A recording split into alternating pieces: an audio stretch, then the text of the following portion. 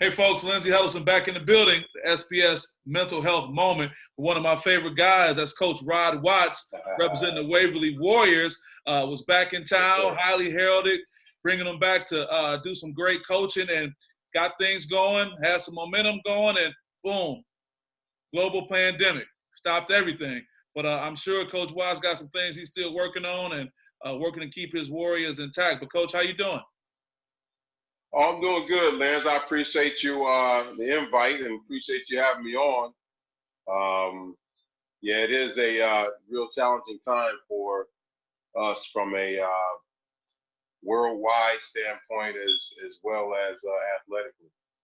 Yeah, I know. And, and your story was so unique because before all this happened, the story was, restoring the glory, if you will, kind of bringing that, championship momentum back. And actually, the last game I was with you guys was a recognition of the 2000 state championship team. So I'm sure you were able to glean some things from your players, say, hey, they've done it before, we could do it again. So talk about what was going on with you guys when things stopped, and you had to kind of, get to your guys and let them know what was going on and kind of, help them through it. What was that like for you guys? Yeah, well, first I want to make mention about that 2000 team, that celebration. That was one of the things I wanted to do when I was honored to get the job, is make sure we recognize those guys that laid the foundation for these guys. So your fingerprints was on that celebration, Coach? Oh, absolutely. Yeah. That was important to me because they didn't have anything in place. In fact, I had asked them that when I got the job, do you have anything in place to celebrate the 2000 championship team? And they told me, the athletic director told me, no, there was nothing in place. I said, well, we have to honor those guys, and for me, that was one of the things that I did over at Lansing Eastern when I took over, is reached out to the former Quakers and get them back to help build what they had established. And it's very important, the old saying, the old adage that you don't know where you're going unless you know where you came from. And so, so it's important to know who laid the bricks that we're walking on. And then it's our turn to lay some more bricks for the guys that come behind us. And so, that's huge for me in building a program. And, every place I've been, I found a way to reach back to the guys that laid the foundation prior to me and let them know that, hey, this is home. You're welcome to come back, anytime. So look, tell me this, Coach, what type of impact, because that was a great celebration, no doubt. I mean, it was great, and I was happy to be a part of that, to come witness that. Yeah, what kind of impact do you think that had on your players? You know what?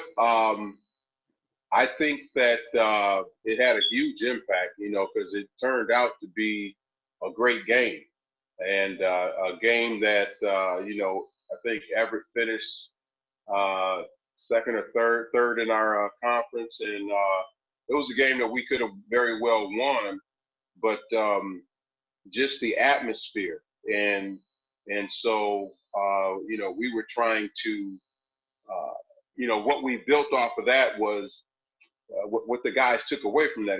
What the guys took away from that is, do you see how many people were in the stands? I mean, it was standing room only. You had people up against the wall and everything. And I'm saying, look, they built it, okay? And I pointed up to the balcony where there used to be bleachers that came out. And so I said, you guys, you haven't seen that. I said, they made that a batting cage up there now. And so we want to get it back to where they've got to move the batting cage and we got bleachers back up there. So they built it.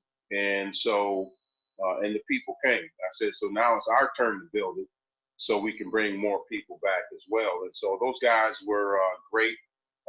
Some of them stuck around and spoke to the guys. And we had a celebration with the guys afterwards, and got a chance to, myself and some of the coaches got a chance to go over and kick it with those guys.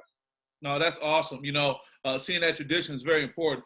Coach, talk about, particularly in your particular case, because you were coming back in to kind of re-energize the program, and you were in there, you were working it out, every day, and everyone felt the energy, but then it all stopped. So talk Yeah. about what it was like to have that for you personally, and also the impact you think it had on the players, and where you guys are at with that now. Well, I think it had an adverse, you know, adverse effect on everybody in the program, everybody in the community, um, everybody across the state, across the country, as it pertained to their particular sport. And yeah, we did have uh, some momentum going from the standpoint of we finished pretty strong in our conference. We ended up, getting knocked out first round of the playoffs. But again, the guys got a taste of the direction that the program was going, that the program is going, and um, so we took a hit there because this was a time that I was hoping to pick up some ground by over the summer, because we all know that your improvement is really made over the summer, and Right. so I had several team camps lined up. I had several summer leagues lined up, and hopefully we'll still be able to get the summer leagues in, and hopefully we can get into team camps. It just boils down to what the school and what the high school athletic association are going to allow. Um, but yeah, it was it really hurt because again, I was really looking forward to getting some individual work in with the guys, and that's probably one of my strongest suits is the player development, and so that's what the guys know me as, and so they were really excited about that, and so for right now, it kind of got put on hold. Yeah, yeah. Talk about the life lessons. You and your background and your experience. You seen it all. Whether it's sports or in life. What kind of life lesson do you think this is for some of the young people that are under your care right now, and how do you think it's going to impact them going forward in their life? Well, uh, hopefully it shows them and lets them know, really be thankful for what you have, because again, it could be gone in an instant, and that's just what this is. And again, haven't had an opportunity because we hadn't even had our banquet yet, and I'm not sure that we're going to be able to even have our banquet. But the message that I'm going to try and get across to the guys when we can get back together is, you see how quick this was taken away, and we, this is why it's important to play every game as though it's your last, and so those are the type of lessons that I would like to leave with those guys, and hopefully those guys will take that message from that, because again, as they say, that tomorrow is a promise, and so for some of those seniors, and when I'm talking about seniors across the state, they may have been on the verge of a athletic scholarship, and they didn't get a chance. You look at the guys that play spring sports, whether it's track, lacrosse, baseball, soccer, whatever their sport is, golf. You know, a lot of people were probably banking on, hey, this is my senior year, I'm going to really be able to get it in. And this pandemic comes down, and they didn't even get a chance. So they're going to look back and be like, man, if I'd have just given it a little bit more last year. A good friend once told me his kid's mother, in fact, the kid's name is Stacy Waters. Stacy's played for Detroit Renaissance back in the day. And You went out for a second. I lost your face, but it'll come back. So you're good to go. how's that? All right, good. Yeah, Stacy Waters played for me back in the day. It was right few years after they had paid for me in AAU, and few years after they had won the state championship with that great team of Tewan Porter and Yeah. Malik Hairston and Joe Crawford, Mark White, who's the coach and Yep. everything. And, one of the things that Stacy's mother used to tell Stacy, and I started telling guys, you better get on the first bus because that second bus isn't promised. And so the message there is, you better put your work in early, your freshman, sophomore, junior year. In this case, the senior year isn't promised. And so, so hopefully it's messages like that I'm going to try and convey to these guys. And so hopefully these guys see the sense of urgency, because a lot of our kids today, they don't play with that urgency. Right. And so hopefully this is a message to them that they can play with a little bit more urgency, because, the next week or the next year or the state championship, the road to the state championship may not be promised, such as this case here. You're right. When you talk about your coaching and your personal preference towards the personal development, what's something that your players can be doing, and what kind of mindset should they have when they can't get in front of you face to face in the gym? You can't, have those structured practices. But what kind of approach should they be taking going forward? Well, it's interesting that this is the day and age that we live in. You and I are doing an interview. Here I am in Detroit, and you are, where you at right now? I'm in East Lansing right now. Okay, so you're in East Lansing, and we're able to get this done. So we're using technology just like you and I are. And so on there's a couple of days a week that we have ball handling, that I'll lead them in some ball handling drills. That certain days we do conditioning. And so, what this does is it's going to separate who's serious and who isn't. Yeah. And, something like this, we're not going to make mandatory, but it shouldn't be mandatory. I want the guys, I'm finding out who's serious and how serious basketball is for certain guys. So, we're getting our Zoom workouts in, getting our ball handling in, getting our footwork stuff in, getting our conditioning in, because, my mindset is there's some kids out there that are putting in the work, okay? And then there's a lot of kids out there that, hey, I don't have a gym, so, oh well, not gonna put any work in.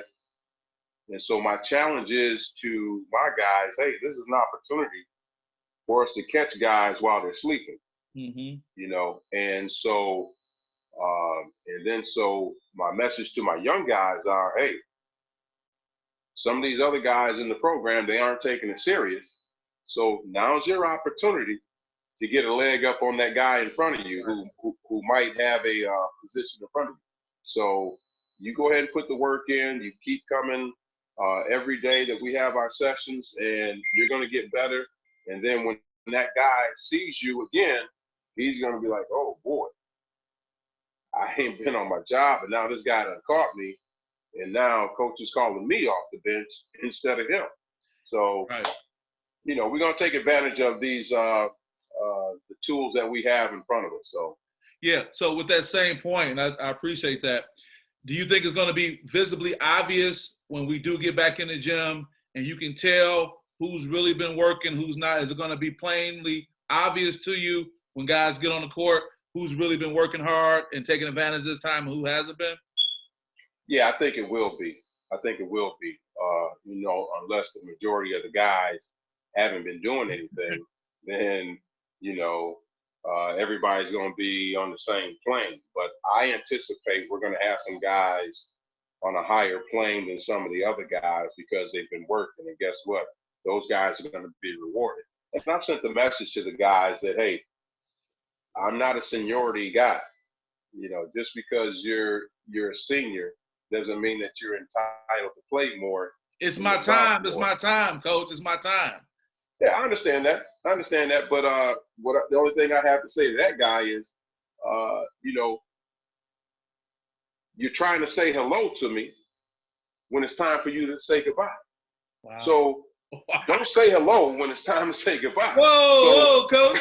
Don't hit him like that, coach. That's how you hit him. Oh, yeah. I got to talk to him quick. You see what I'm saying? Don't say hello when it's time to say goodbye. Wow. You know, so you just now introducing yourself to me, or you're just now trying to step up to the plate when it's time for you to get ushered outside the door because you didn't put your work in, and you wanted to save it all for the fourth quarter, or you wanted to save it all for the ninth inning. Nah, son. You know, I might not be able to help you there.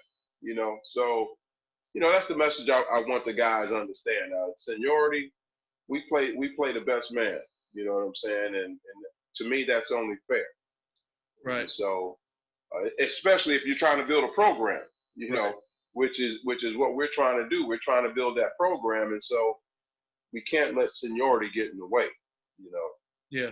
I'm glad you said that. Just to touch on that a little while longer, I think so many young people miss out on the fact that some coaches do believe in rewarding the hard work and assume that it's always about, you know, whose turn it is, who has the outside influence. I mean, you do see that in some programs, but you're emphasizing, nah, man, it's all about that work, and I'm going to recognize that.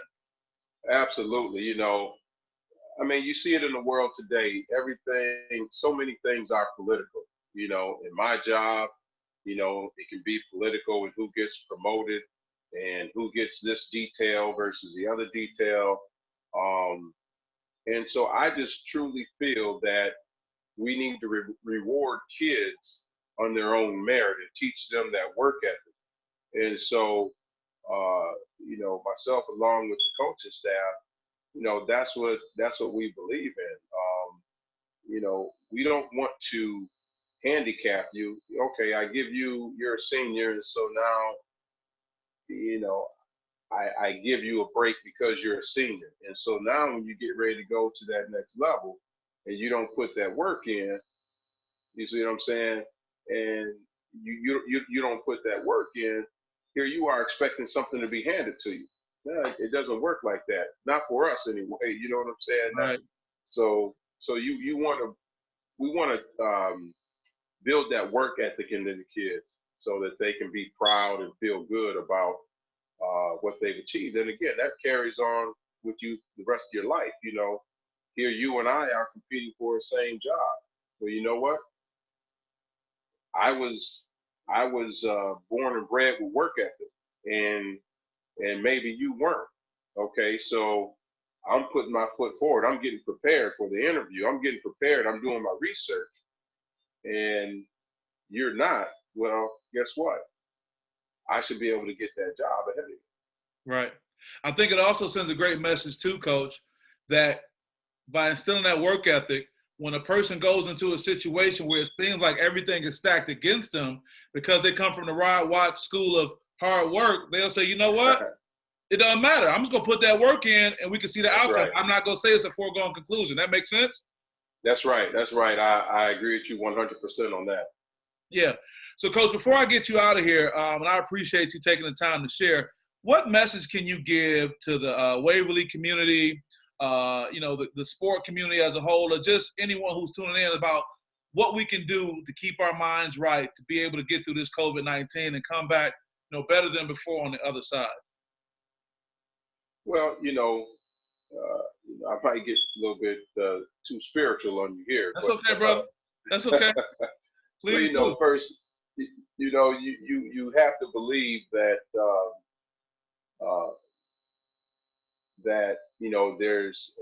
there's light at the end of the tunnel, and that for me, I have put my faith in God that that there's no mountain that He's not going to put any mountain in front of me that I can't climb. And so, for the community, for the school, the best thing that we can do is like they say,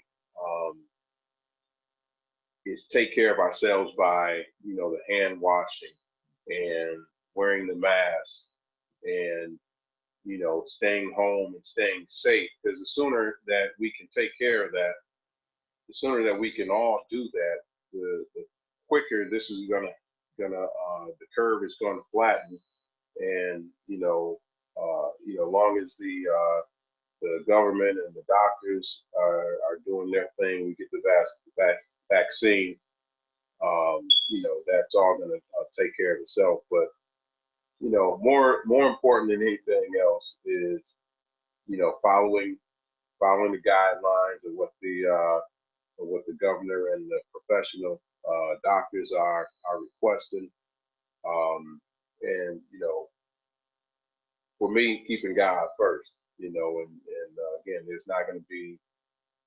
I truly believe He's not going to put more on my plate that I can't handle. Wow. Well, that's really important, Coach. As always, I appreciate you taking the time to share and being so candid and putting some things out there. And though we may have a couple more Zooms, I look forward to that day, being back in the gym with you, watching you get those boys ready to compete and do a great job. So I appreciate you always being available, and thanks for all that you do.